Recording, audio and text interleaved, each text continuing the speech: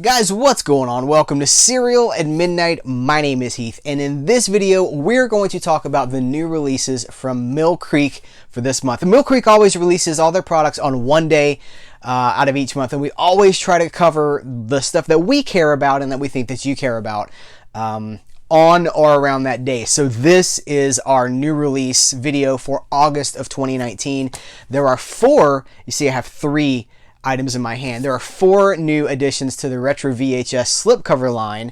I'm still waiting on the fourth one to ship from Amazon. This happens almost every single month. Is Amazon, I pre-order these things and then Amazon does not get the stock. So I have three of the four to talk about. I'll tell you the one that is not here is True Believer, starring James Woods, Robert Downey Jr. It's kind of like a criminal justice law movie. And when I get it, keep your eyes peeled to serial@midnight.com because a review will show up there.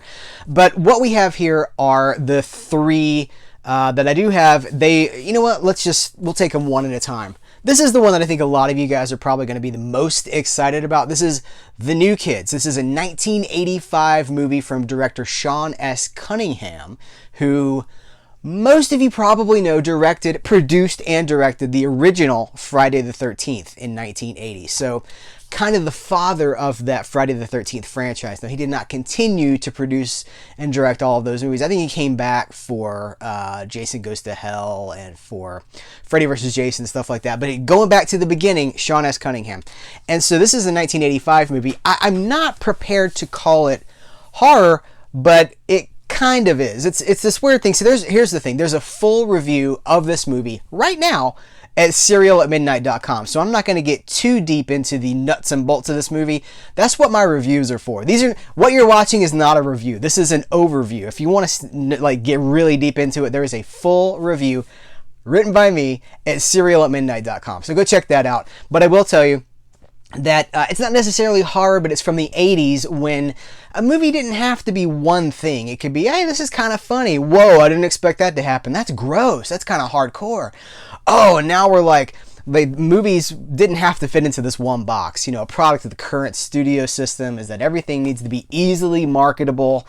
And so this movie does not adhere to that. So it's kind of a teen after school special. It's kind of a horror movie. It's kind of a suspense thriller movie. Here's what happens. So Lori Loughlin, who everybody used to love and now everybody's mad at, from Full House, and this guy, Shannon Presby, this is his only movie. That's why I had to look up his name. This is his only movie.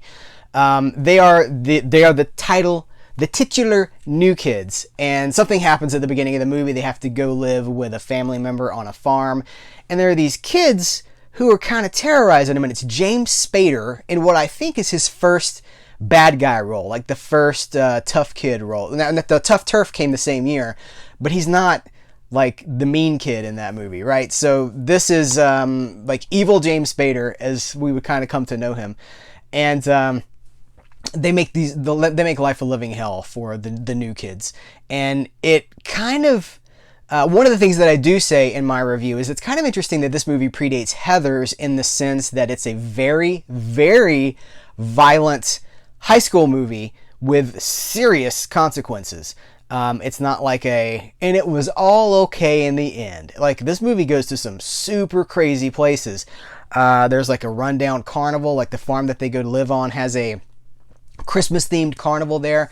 Listen, this movie is fantastic. I think I like all of the movies here that we get in this retro VHS slipcover wave. I call them waves. I think it's just me that calls them waves, but this is the one that I think has the biggest cult appeal for, horror is the big thing, right? Like, I don't just like horror. I also like a lot of other genres like Western and like thriller and comedy and drama and romance and all that stuff. But I know horror in the collecting community, horror seems to be number one. So I think this is going to have the highest appeal.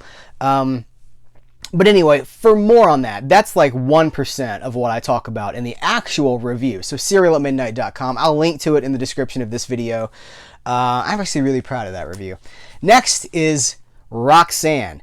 By the way, I've just noticed as I'm holding this up and I'm remembering when I first checked this out from Blockbuster, and this is a 1987 movie, right? So it would have been 87, 88. I remember we checked it out. I believe it was a Friday night. I was spending the night at my friend's house, so I was young. and we checked this out because it's Steve Martin, America's favorite comedian, Steve Martin, and it had like some nudity in it. It's a PG movie, but Steve Martin, Daryl Hannah. It's a romantic comedy. Basically, it's a retelling of the classic Cyrano de Bergerac, which is like this French comedy sort of. I don't want to say tragedy, romance, like, oh, love Lorne. He could not love her because his nose was so big. But I remember checking this out. That's the thing, is that these, we always point this out, these retro VHS slipcovers, boy, they trigger some of you guys. But what's important to remember is this is the VHS cover for this. This is not some like, well, they've made it up in a VHS style. No, this is the cover I grew up with in the video stores. This is the cover that I remember checking out from Blockbuster. This is like behind, you get the case, like the clamshell case from behind this. This is what it looked like. So that's why Mill Creek does it. They're really cashing in on the, cashing in's not the right word. They're tapping into that nostalgia factor of those of us who grew up in the video store. And if, by the way, if you don't like the alternate artwork, you don't have to keep it. You could send them to me. But this is the alternate artwork, and of course you see James Spader looking tough. Not tough turf, but looking tough nonetheless. So let me highlight this a little bit more. So it's a fantastic cover. This was the VHS art. I believe this also was the poster in 1985, and it's great. It really sums up the movie. But that's the New Kids. And then I was just holding this up, and it all came back to me because we checked this out in the 80s, the late 80s, and like I said, like Daryl Hannah, I think her butt gets seen in the movie. Yeah, it's like her butt, and there's a couple of lines in there, and I remember being like, we were watching it with my friend's mom. It was like family movie night at my friend's house. We're like 8 probably, and I think it had to be turned off. I can't remember. I don't remember if it got turned off permanently or if it got turned off so that they could have a conversation about it.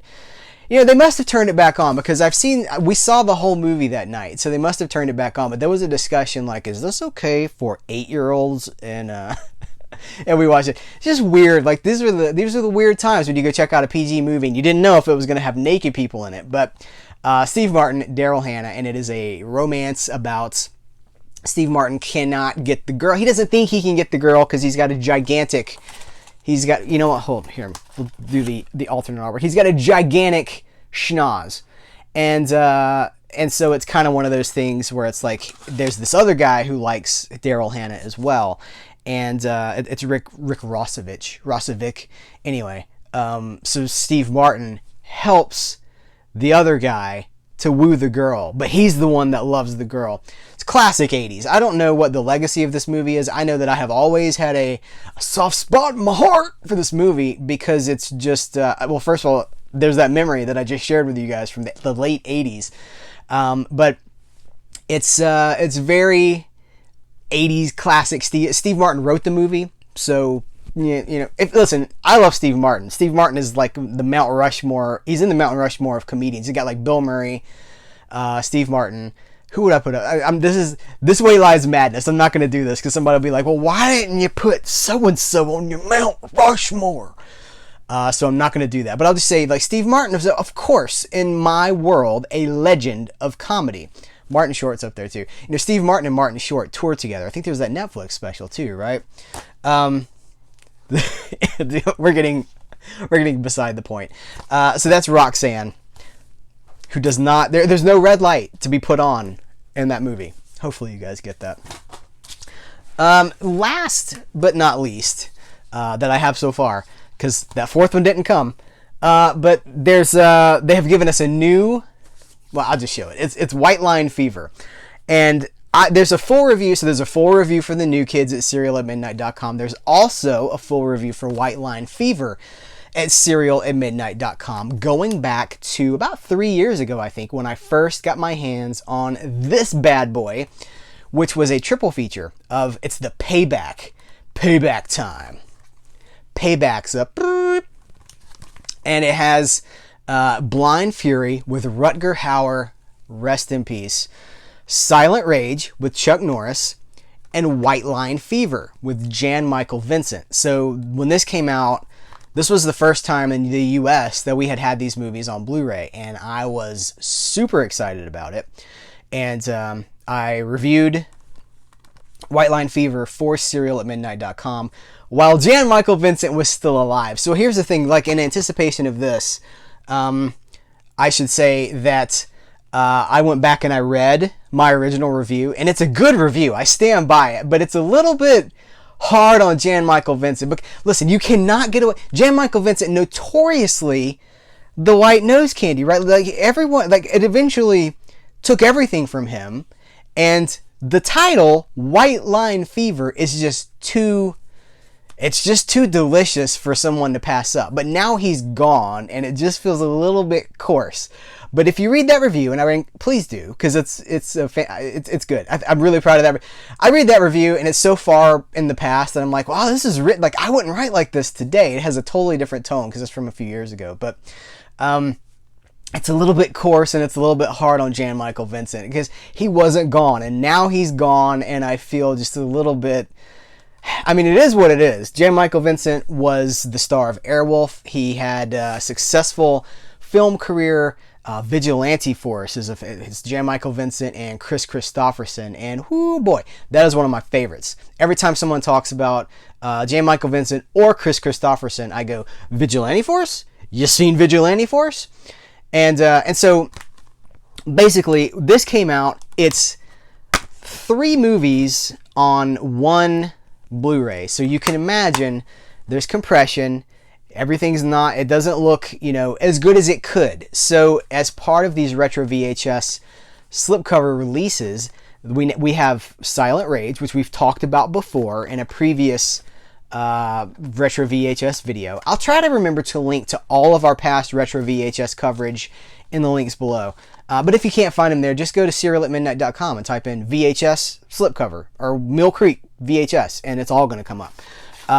But they re-released this several months ago, and now they have released White Line Fever on its own Blu-ray. So of course, the reason to support these and pick these up is, 1, it's an awesome movie. 2, you get the sweet original. This is the original VHS case. This is what it looked like. Now I prefer this. This is the original poster, and I think that this is unbeatable. This is actually what I chose for my review when I did it. This is the art on my review. But it, like, come on, you guys, this is so 70s truck driver exploitation. But of course, the reason to pick these up is for that. Also, maybe most importantly, is this isn't sharing space with anything. So there's 0 compression. The movie can breathe. It can have a higher bit rate, which means a better image, better everything. You put 3 movies on one disc. If this is the only way I can get that, that's fine. I'll take it. But if I get an opportunity to pick them up on their own dedicated discs, and listen, these are like $8.99 on Amazon right now, so it's not a huge investment. That's what I'm going to do. I want to support these releases in the best format possible. So, of course, you can see between these 2 releases and the 3 that were on this triple feature is Rutger Hauer coming with Blind Fury. Are we going to get a Blind? Especially now that he's gone, there was this outpouring of like, oh, Rutger Hauer. So it would be really cool if we did get a Blind Fury retro VHS edition. Hopefully, Mill Creek, if you're paying attention to this video, I know I would buy it, and I feel like a lot of the audience that watches these videos would also buy Blind Fury in this style. But I really like this movie. This is a 70s truck driver movie, basically a man against the system truck driver movie. Jan Michael Vincent is a truck driver.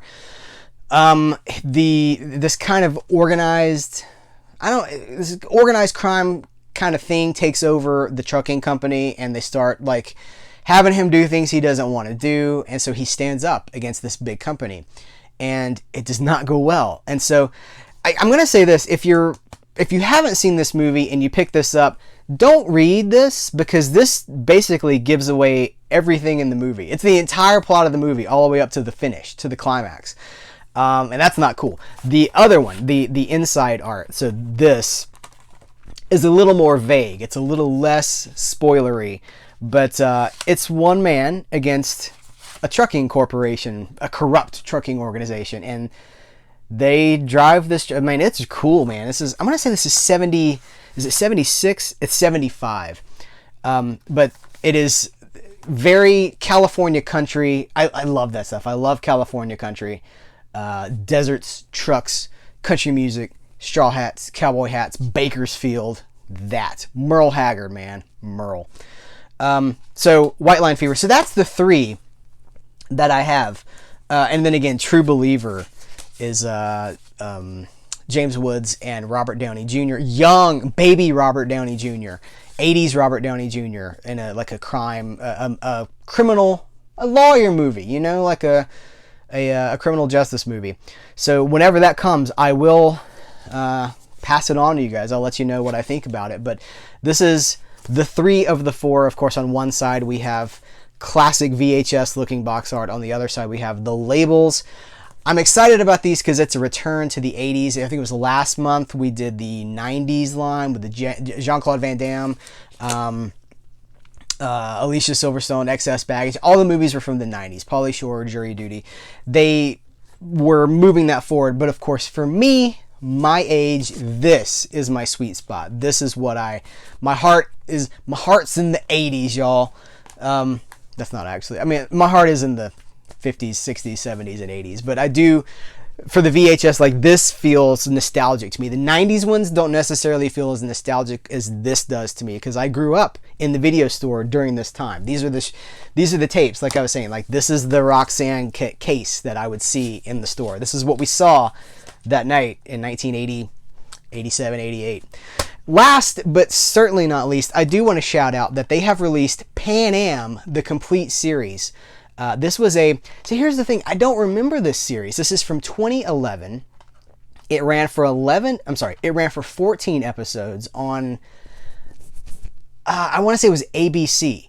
And I have no memory of this show. I don't know what was happening in 2011 that I was not even aware of Pan Am, but it predates that whole Mad Men thing, or it kind of is right around the time that all that started, I guess. But it is a look at the jet set, the jet future. It starts, it's 1963, and it is like the dawn of the jet era, the jet age.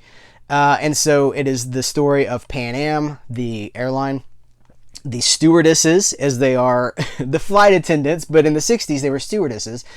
And what's notable is that this stars Christina Ricci and Margot Robbie, who is one of those like overnight sensations that was like at least a decade in the making. So she's one of the leads in this series, and here she's highlighted very prominently on the back of the box art. But of course, Margot Robbie, Once Upon a Time in Hollywood, Suicide Squad, Harley Quinn, Wolf of Wall Street. Like she's popular, but she's been at it for a long time. You know who else pops up in this series is a very young, very thin David Harbour, Stranger Things. Hopper from Stranger Things. So it's just interesting to see like the stars of today before they were stars. And that's not really true because of course Margot Robbie is like a co-lead on this show, which is pretty big. But it did not get, it didn't last very long. It did not make it to a season 2. 14 episodes, that doesn't even seem like a full season really. But I have not watched the whole thing, but I've been watching it in preparation for this video. And I like it. It does feel like an ABC show, like it feels like a TV show. It feels kind of slightly restricted by budgets and things like that. So they go to the Cuban, it's like the Bay of Pigs, the Cuban Missile Crisis, all that stuff. And it's basically just like a tarmac on an airport. And you just have to assume that all this stuff is happening in the background. Like they say that things are getting violent and they have to get out of there. We don't actually see anything. We just see like darkness on a airstrip. So it is what it is. It's TV and done on a TV budget, but it's very cool because you guys know we love that retro stuff here. It's Serial at Midnight, it's pop culture and analog. This is the analog that we're talking about. We're talking about older things. We're talking about retro. We're talking about old school. So the idea of looking at a series like this, of a series looking at culture through the lens of 1963, of revolutionary time. Listen, 1963 was one of those years, one of those tumultuous, crazy years where everything changed. So it's really cool. I have to say, it's 14 episodes on on two DVDs, and that's not great. I'm grateful to have the show, but that's too many episodes per disc, and I understand this is a budget set. I understand that probably the market for Pan Am on DVD is very small. I don't know who would, oh, I've been waiting for Pan Am on DVD. Like, I don't know. I think I believe it was even on DVD before from, I want to say Sony, but yeah, from Sony, and it's out of print, and that's not available anymore. And I believe that set was 3 or 4 discs. So the bottom line is, I know why, I understand why, but it's 7 42-minute episodes per DVD. That's almost double what we want to see on a DVD. 4 is really the limit for what you should do and still maintain integrity of the image. So that being said, yes, these are compressed. They look very compressed. There's a lot of digital noise in the frame. It's not a deal breaker. It's not super messy. It's not unwatchable or anything like that, but it's just kind of unfortunate that this couldn't have been a 3-disc set instead of a 2-disc set. But again, I'm not the bean counter. I don't know why certain decisions are made. It's probably understandable. I imagine the margin on something like this needs to be where it is. So I understand, but I have to report. My job is to report on these things to you guys, and I wish this had another disc. Actually, frankly, I wish that this had a Blu-ray. 2011, things were in HD in 2011, so I wish that, hey, maybe one day, maybe we can get a Blu-ray of Pan Am. I just don't know what the audience is for this. I don't know what the appeal for this is. If it's going to be in a Walmart by the checkout, people are like, oh, I'll have some M&Ms and Pan Am on DVD. I don't know. I kind of doubt that. So I understand, niche show, small audience for a show, you got to keep the costs small. So I get it. So that's really... That's going to do it for this video. We have these 3 retro VHS slipcover Blu-rays, and we have Pan Am on DVD. And of course, more things came out from Mill Creek this month, but these family entertainment, stuff like that, things that we're not going to cover here. But I encourage you, if you're interested, please follow Mill Creek on social media or check out their website and see what their new releases are, because they have announced, holy cow, you guys, they have announced some incredible things. I don't know that we've talked about it on the videos here, but they've got Ultraman, like the first season of Ultra Q and Ultraman coming to Blu-ray. The legendary 60s, like Ultraman is a multi-generational, multi-decade franchise. It's one of the biggest Japanese franchises. Predates Power Rangers, the shows that Power Rangers were taken from, like they were compiled from. Predates all of that stuff. We're going back to the 60s. Giant kaiju monster fighting stuff. Those are coming to Blu-ray. Oh, they just announced the complete Charlie's Angels coming to Blu-ray as well. Some stuff coming that I'm so excited about. So I love the Blu-rays. That's really where our heart is. We want to see this stuff looking the best that it can, which is why we would buy, why we want these again, because we want better versions, less compression, better integrity of the picture. Anyway, let us know what you guys are going to pick up in the comments below, and what do you think about... I was going to say, what do you think about these retro VHS slipcovers? I don't know that I want to open that can of worms, because there's some people who are just like, they see these videos and they see these and they set fire to their house. They're like, no! And then they just rage, just smashing their kitchen tables and stuff. I think they're awesome. I absolutely love them. I could not love them more than I do. I think they are absolutely incredible. It's a piece of paper. It's a piece of paper. You don't like it? Throw it away. Throw it away. But... we're big fans. We're big fans of Mill Creek. So that's this video. I'm out of here, guys. Thank you for watching. Take care. And until next time, I appreciate you. And I will catch you later.